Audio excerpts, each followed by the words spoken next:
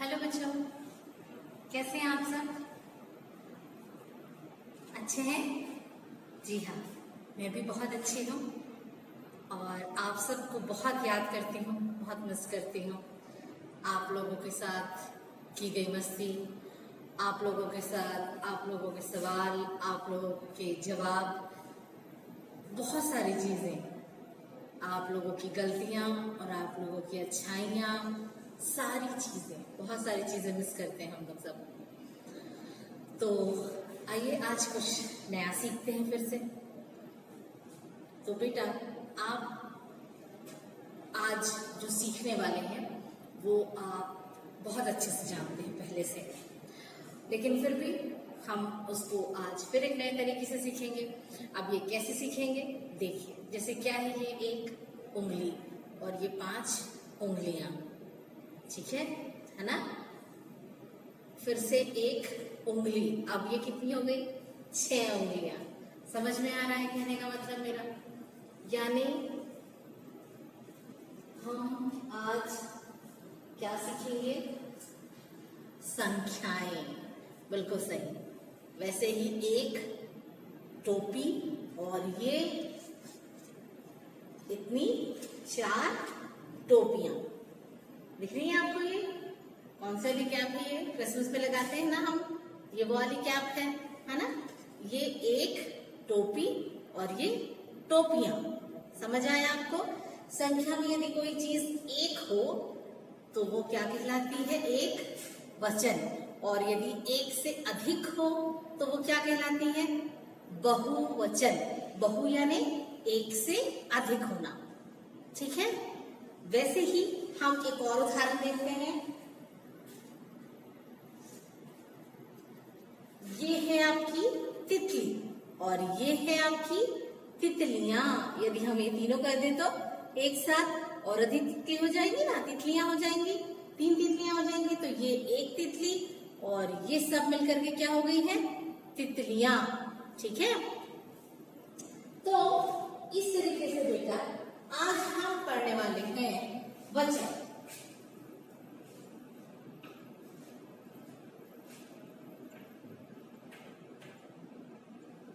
पाठ 7 वचन।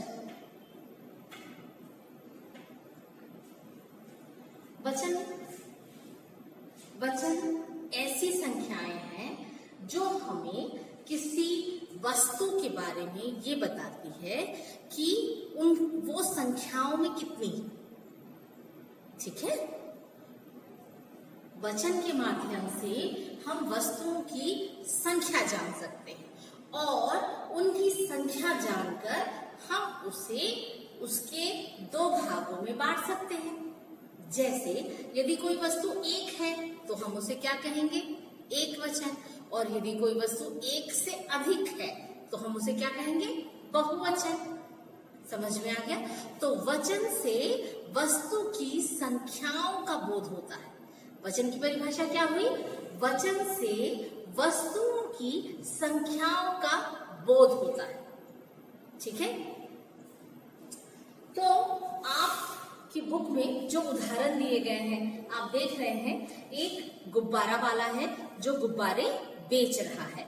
तभी एक लड़का उसके पास आता है और क्या बोलता है? मेरे पास एक गुब्बारा था, वह फूट गया। फिर उसका जो दोस्त है वो क्या कहता है? कोई बात नहीं, मेरे पास 5 गुब्बारे हैं, तुम एक ले लो। समझ आया? तो एक गुब्बारा और 5 गुब्बारे, ध्यान दीजिएगा। अब लो, तुम भी एक टॉफी खाओ, मेरे पास 2 टॉफियां हैं।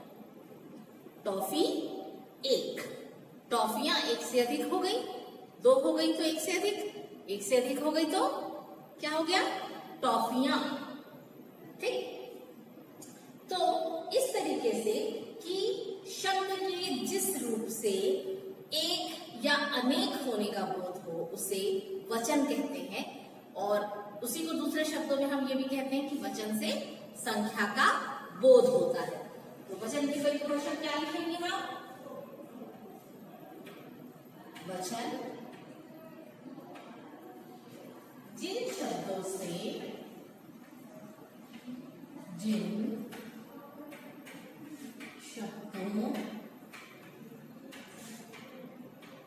से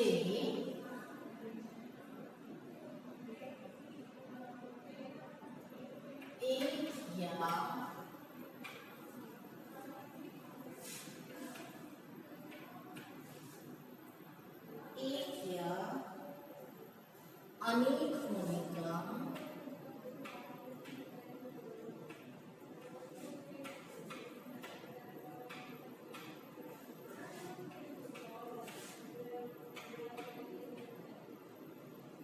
बोध हो उसे वचन कहते हैं। वचन कहते हैं, ठीक है। या दूसरे शब्दों में हम क्या कह सकते हैं कि वचन से संख्या का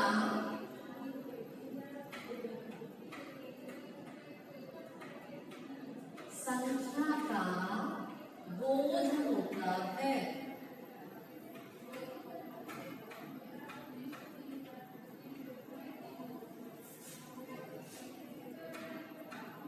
अब इसके उदाहरण क्या क्या होंगे? तो क्या क्या अभी हमने देखा था? अभी हमने देखा था गुब्बारा, गुब्बारा एक हुआ तो, और एक से अधिक हुआ तो गुब्बारे, ये देखा हमने। उसके बाद हमने देखा टॉफी, टॉफी और टॉफियां,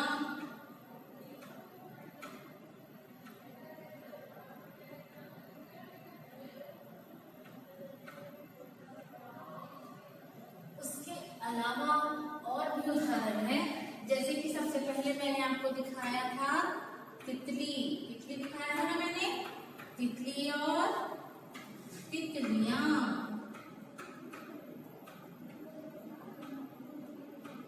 ये हुआ एक उदाहरण। और एक उदाहरण क्या होगा? मैंने और क्या दिखाया था आपको? उंगली और उंगलियां, उंगली दिखाई थी मैंने आपको, उंगली और उंगलियां।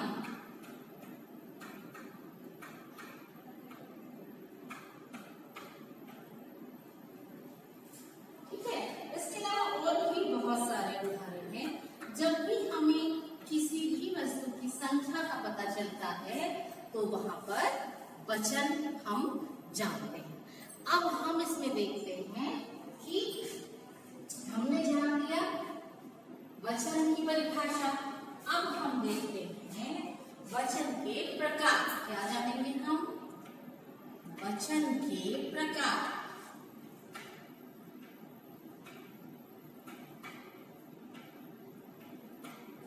यहाँ पर अभी जब हमने दो रूपों में शब्दों को देखा, उससे हमको इतना अंदाजा तो हो ही जाता है कि वचन के दो ही प्रकार होंगे, क्योंकि हम शब्दों को कितने रूपों में लिख रहे हैं? दो ही रूपों में लिख रहे हैं। अर्थात यदि संख्या का ज्ञान कर रहे हैं हम, तो यदि कोई वस्तु एक है और या एक से अधिक है, या तो कम है या ज्यादा है, एक से अधिक यानी ज्यादा हो गई, तो इस तरीके से हम ये जानते हैं कि वस्तुओं की संख्या कितनी है। ठीक, अब वस्तुओं की संख्या के आधार पर ही इनके प्रकार बनेंगे। यदि कोई वस्तु एक है तो वह एक प्रकार की होगी, और यदि वह वस्तु एक से अधिक है तो वह दूसरे प्रकार की होगी। तो आइए जानते हैं कि प्रकारों के क्या नाम होते हैं। वैसे मैं आपको बता चुकी हूँ, जैसे ही मैंने अपनी क्लास स्टार्ट की थी और मैंने आपको जो उदाहरण दिए थे, उन उदाहरणों में मैंने आपको बताया था कि वचन के कितने प्रकार होते हैं?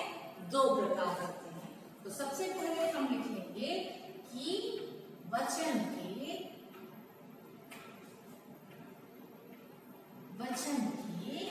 दो प्रकार होते हैं।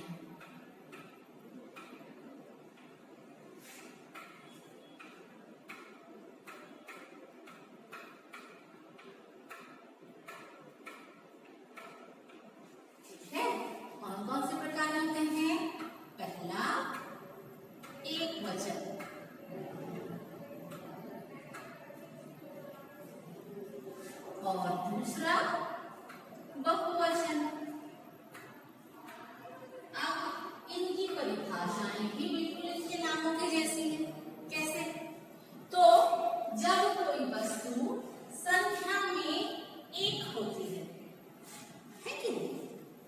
जब किसी शब्द से हमको ये पता चलता है कि वह वस्तु संख्या में एक है, तब वहां पर क्या हो जाएगा? एक वचन हो जाएगा। ठीक है, तो एक वचन की क्या परिभाषा हो गई?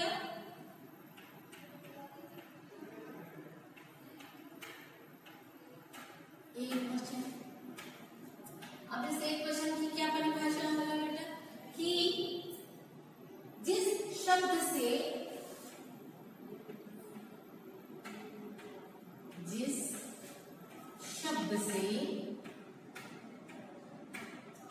वस्तु के जिस शब्द से वस्तु के एक होने का पता चले,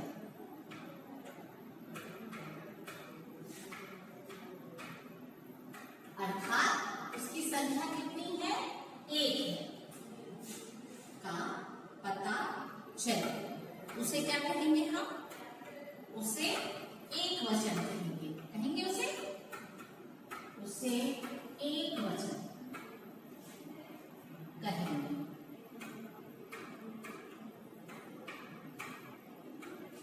अब इसके उदाहरण क्या क्या हो जाएंगे? इसके उदाहरण क्या क्या हो सकता है? जैसे बहुत सारी चीजें होंगी, जैसे इसी में से हमने भी देखे ऊपर वाले उदाहरणों को यदि हम याद करें या जो मैंने आपको बताए थे, है ना, उनमें से याद करें तो एक क्या है? उंगली। संख्या में जब एक हुई तो एक उंगली।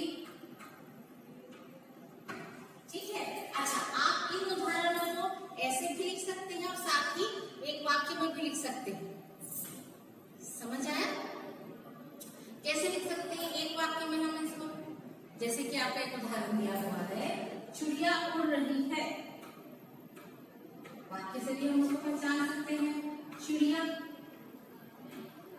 उड़ रही है।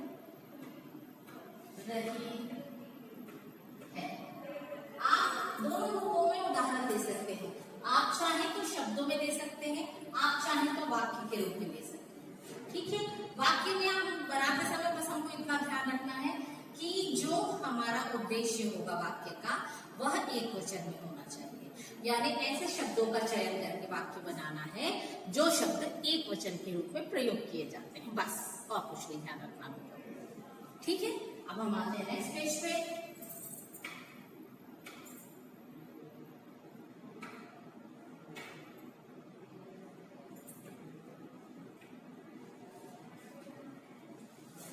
तो अब बचा हमारा, हमने सबसे पहले जाना कि एक वचन किसे कहते हैं। अब उसके बाद हम इसमें जानेंगे बहुवचन की परिभाषा। बहुवचन किसे कहते हैं तो ये भी अब आपको समझ में आ चुका है अब तक कि जब वस्तु संख्या में एक से अधिक होती है तब हम उसे बहुवचन कहते हैं। ठीक है, बहु यानी एक से अधिक, वो क्या हो जाएगा? बहु। तो इस तरीके से एक वचन अर्थात जब वस्तु संख्या में एक होती है तब उसे हम एक वचन कहते हैं। और यदि हम एक से अधिक चीजों का प्रयोग कर रहे हैं, एक से अधिक चीजों का उपयोग कर रहे हैं या ऐसे शब्दों का प्रयोग कर रहे हैं जिससे हमको ये पता चलता है कि वो संख्या में बहुत ज्यादा होते हैं, है ना, तो वहां पर कौन सा वचन होता है? बहुवचन होता है।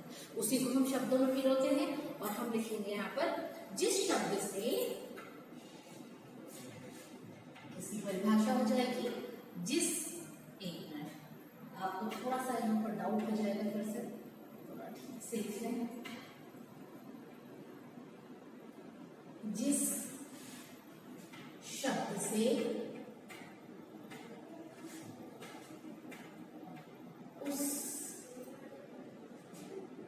जिस शब्द से संख्या में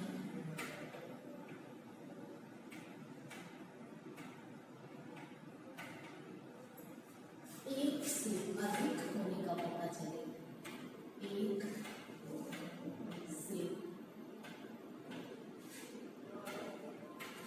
अधिक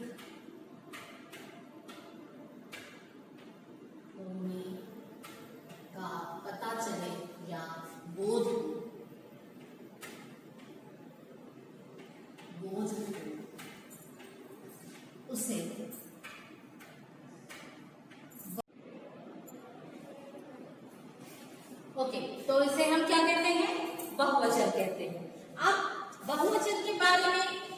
एक चीजें क्या जाती है हमको, इसके नीचे क्या लिखना है, अब हमको लिखना है उदाहरण। उदाहरण फिर वही आपसे कहूंगी मैं कि आप लोग क्या कर सकते हैं, दोनों रूपों में उदाहरण दे सकते हैं, चाहे तो शब्दों का प्रयोग करें, चाहे तो वाक्यों को लिखें। ठीक है, जैसे मान लीजिए हमने वहां जो दिया था उसी के हिसाब से मैं यहाँ पर भी आपको उदाहरण दे रही हूँ। पहला उदाहरण जैसे मैंने दिया था उंगली, और आप इसको बहुवचन में जब लिखेंगे तो ये हो जाएगा उंगलियां। ठीक है बेटा, उंगलियां। अब वहां पर था चिड़िया उड़ रही है, तो यहाँ पर क्या वाक्य बन जाएगा आपका, चिड़िया उड़ रही है। एक चिड़िया उड़ रही थी उस वक्त, अब यहाँ बहुत सारी चिड़िया उड़ रही है, तो कैसे आप वाक्य बनाएंगे, यहाँ पर चिड़िया, ये आ गया आपका बहुवचन, चिड़िया उड़ रही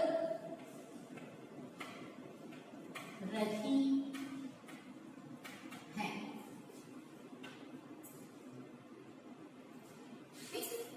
चिड़िया उड़ रही है, बहुवचन का वाक्य हो गया। यार समझ में आ गया आपको कि किस तरीके से आपको शब्दों का चयन करना है।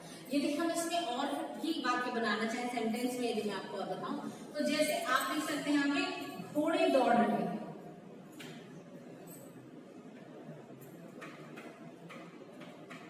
घोड़े दौड़ रहे हैं, यह एक बहुवचन का वाक्य है। यदि हम इसको एक वचन में बनाते हैं तो एक वचन का वाक्य क्या हो जाएगा, घोड़ा दौड़ रहा है। ये देखिए यहाँ पर एक वचन में जब वाक्य बनाएंगे तो घोड़ा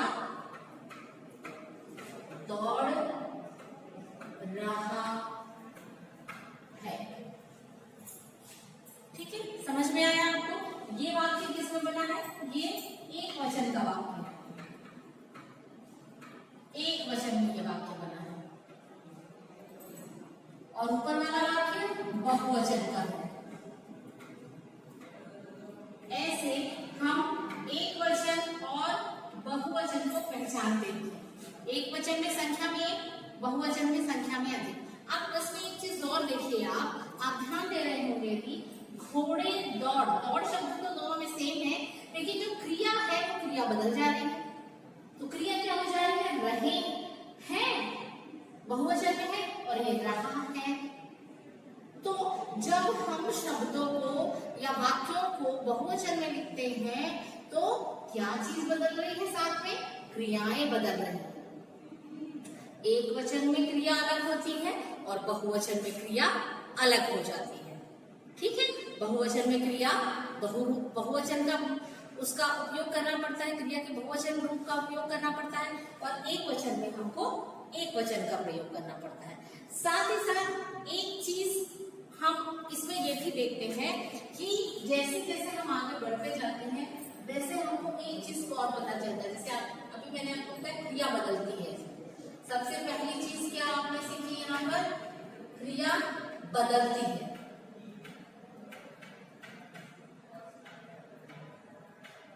ठीक है, इसके अलावा और क्या बदलाव होते हैं इसमें, तो कुछ शब्द ऐसे होते हैं जो एक वचन के ही होते हैं लेकिन उनका प्रयोग बहुवचन की जगह पर किया जाता है। जैसे जैसे मेरे पिताजी ऑफिस जाते हैं, मेरे पिताजी ऑफिस जाते हैं, ये है एक शब्द, एक वचन है, शब्द एक वचन का है,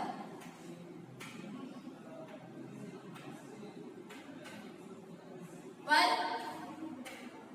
प्रयोग कहाँ होता है, बहुवचन के।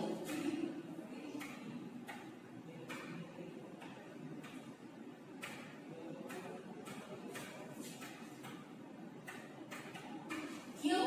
क्योंकि यह आदरणीय है। हमारे पिताजी, हमारे दादाजी, हमसे बड़े जो भी हमारे आदरणीय हैं उनके लिए हम बहुवचन शब्दों का प्रयोग करते हैं।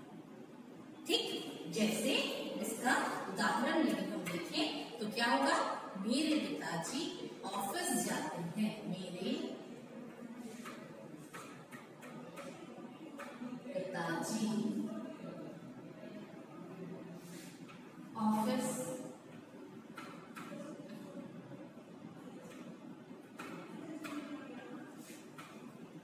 जाते हैं। ठीक है, तो यहाँ पर पिताजी तो एक ही है, तो पिताजी शब्द क्या है बेटा, एक वचन का है, लेकिन वाक्य में जो प्रयोग हुआ है वो किस रूप में हुआ है, क्रिया का रूप कैसा हो गया है, बहुवचन का रूप हो गया। तो इस तरीके से हमको ये सारी चीजें ध्यान रखनी है कि कैसे बदलाव होते हैं जब हम वाक्यों में इन शब्दों का प्रयोग करते हैं। ठीक है, उसके अलावा कभी कभी ऐसा होता है कि एक वचन होने पर भी जैसे बहुवचन शब्दों का जो प्रयोग किया जाता है, तो मेरे प्राण सूख गए, इसी कड़ी में एक और उदाहरण है, मेरे प्राण सूख गए। तो देखिए ये जो बना हुआ है मेरे प्राण, प्राण शब्द जो है वो एक वचन होने का बोध कराता है, लेकिन जब हम इसको लिख रहे हैं तो हम इसको क्या करते हैं, बहुवचन वाक्यों में प्रयोग करके हम इसको लिखते हैं। तो ये जो कहना चाहिए पिताजी शब्द है, प्राण है, ये सारे शब्द क्या है, एक वचन है, पर क्रिया का जो रूप है वो क्या है, बहुवचन। ठीक है, तो ऐसे कुछ शब्द हैं जिनका हम क्या करते हैं, शब्द एक वचन होते हैं लेकिन जिनका प्रयोग हम बहुवचन में करते हैं। और एक ही साथ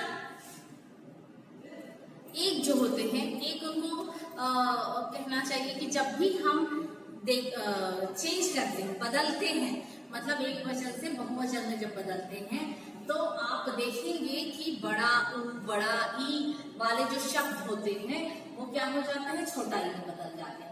जैसा कि यदि मैं आपको बताऊं तो ये देखिए जो मैंने यहाँ लिखा हुआ है, ये उंगली में आपने देखा होगा बड़ी की मात्रा होती है, लेकिन जब हम इसको उंगलियां कर देते हैं अर्थात बहुवचन में बदल देते हैं तब ये क्या हो गई, उंगलियां, छोटी ई की मात्रा लग जाती है ये नाम में। चिड़िया, चिड़िया में आपने देखा, चिड़िया यहाँ पे सिर्फ चंद्र बिंदु का प्रयोग किया जाता है, सिर्फ चिड़िया और चिड़िया में एक वचन और बहुवचन रूप में बस इतना ही अंतर होता है कि बहुवचन में चंद्र बिंदु लगा होता है और एक वचन में बिना चंद्र बिंदु के शब्द होता है। वैसे ही यदि हम देखें कुछ शब्द और भी होते हैं जैसे तितली और तितलियां, तो तितली में आपने देखा है ल जो मैंने आपको बताया था वो बड़ा ई की मात्रा होती है तितली में, और क्या बोलते हैं तितलियां यदि हम लिखते हैं तो वो क्या हो जाती है, छोटी ई की मात्रा लग जाती है। वैसे यदि हम कली और कलियां, तो कली में आप देखेंगे बड़ी ई की मात्रा लगती है और इसमें छोटी ई की मात्रा लग जाती है बहुवचन में, कलियां यदि हम लिखते हैं तो। इस तरीके से जब भी हम एक वचन से बहुवचन में शब्दों को बदलते हैं तो ये एक और चीज हमने सोची, समझी कि एक वचन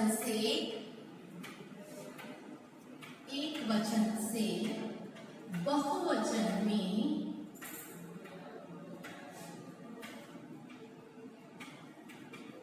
बदलने पर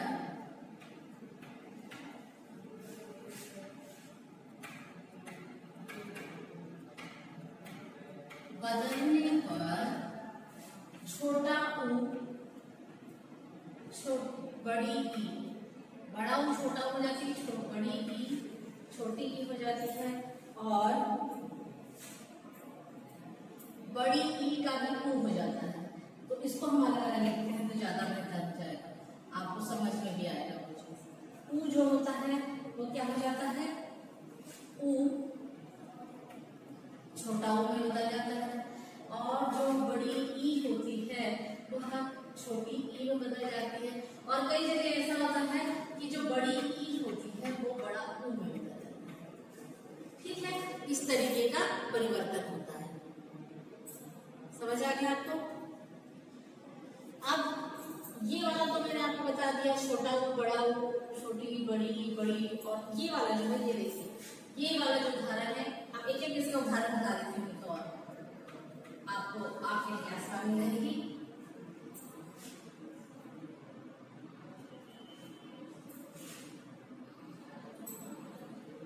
छोटा ऊ बड़ा ऊ, ये है वधु,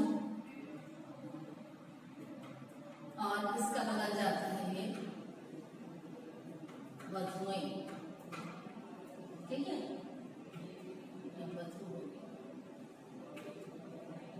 वधुएं। देखो ये बड़ा ऊ जो हुआ जब ये छोटा ऊ में बदल गया। इसका उदाहरण मैंने आपको बताया इन दोनों का, तितली, तितली बताया मैंने, या कली आप लिख सकते हैं। जैसे ये कली बड़ी की मात्रा है और जब हम इसको लिखते हैं तो ये क्या हो जाते हैं, कलियां। ये देखिए समझ में आ गया। अब बड़ा ई जो ऊ बन जाता है उसके लिए भी बहुत सारी चीजें हैं, लेकिन अभी फिलहाल आप इतना ही जानिए क्योंकि इसमें इतना ही है ना। मतलब मेन ध्यान आपको रखना है बड़ा ई और बड़ा ऊ का, जो अपने से छोटे में बदल जाते हैं, ठीक। उसके बाद कुछ संबंध बताने वाले जो शब्द होते हैं वो एक समान होते हैं। अब एक समान कैसे होते हैं, संबंध बताने वाले शब्द एक समान कैसे होते हैं, तो जैसे कि आपने देखा मामा मामी, है ना। हम देखते हैं जैसे मामा मामा, तो मामा का इधर क्या हो जाएगा आपका, ये जो है, और मामी, ये जो संबंध है, ये संबंध वाले शब्द क्या होते हैं, दोनों वचनों में एक समान रहते हैं। भाई यदि वो एक वचन में है, मेरे मामा जी आए हैं, जी हमने लगा दिया, सम्मानीय शब्द दे दिया, तो उनको हमने मामा शब्द का उपयोग बहुवचन में कर लिया। मेरे चूंकि ये सब के सब क्या हो गए बेटा, आदरणीय हो गए, हमसे बड़े हैं, संबंध वाले हैं, तो इनका जो स्वरूप है वह नहीं बदलता है, ठीक है, इतना जान लीजिए। दूसरी चीज है, कुछ ऐसे हैं जिन्हें गिना नहीं जा सकता, जैसे उनको इसीलिए बहुवचन का रूप में नहीं बनता है इनका। जैसे पानी, पानी तो अब वो बहुत, पानी का कुछ हो ही नहीं सकता। वैसे ही चीनी है, दूध है, ये क्या है, मतलब इनको तोल कर दिया जाता है, तो इसीलिए इनका बहुवचन रूप नहीं बन पाता है, ठीक है। तो इस तरीके से आपने देखा ये। वैसे ही आपकी जो ये है, बहुत सारे इसमें उदाहरण दिए हुए हैं, वचन तालिका दी हुई है, आप देख सकते हैं। तो इस तरीके से हम बना सकते हैं अपना वचन। इसमें से कुछ चीजें जैसे आप लिख सकते हैं, मिठाई मिठाइयाँ, बिल्ली बिल्लियां, घड़ी घड़ियां, मछली मछलियां, टोपी टोपियां, चिड़िया चिड़ियां, कक्षा कक्षाएं, माला मालाएं। देख रहे हैं आप, बड़े का छोटा हो चुका है, छोटे का बड़ा हो जाता है। कौआ कौए, ऐसे बहुत सारी चीजें हो जाती हैं। पौधा पौधे, तो बहुत सारी चीजों को ऐसे हम लिख सकते हैं। आप चाहें तो ये सारी चीजें, कुछ चीजें आप लिख भी सकते हैं, ऐसा कुछ नहीं है। जैसे पंखा,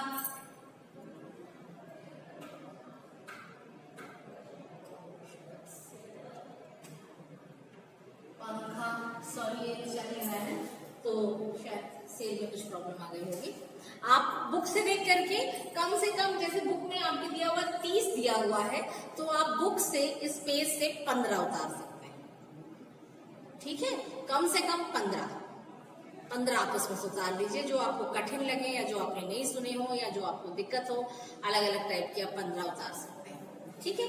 उसके बाद आपका एक्सरसाइज आ जाएगा, और एक्सरसाइज में आपको वही सारी चीजें कंप्लीट करनी है। और ये सारी चीजें आपकी किस में दी हुई है बेटा, ये सारी की सारी चीजें आपके ऐप में आपको प्रोवाइड की गई है कि आप सारी चीजें अपनी कर सकते हैं, पूरी अच्छे से पूरी कर सकते हैं आप, ठीक है। यदि कोई परेशानी हो तो आप बिल्कुल पूछिए, फोन करके पूछिए। जब आपकी क्लास होती है तब आप ऑनलाइन आइए और पूछिए, है, आप कभी भी पूछिए, बिल्कुल आपको जवाब दिया जाएगा।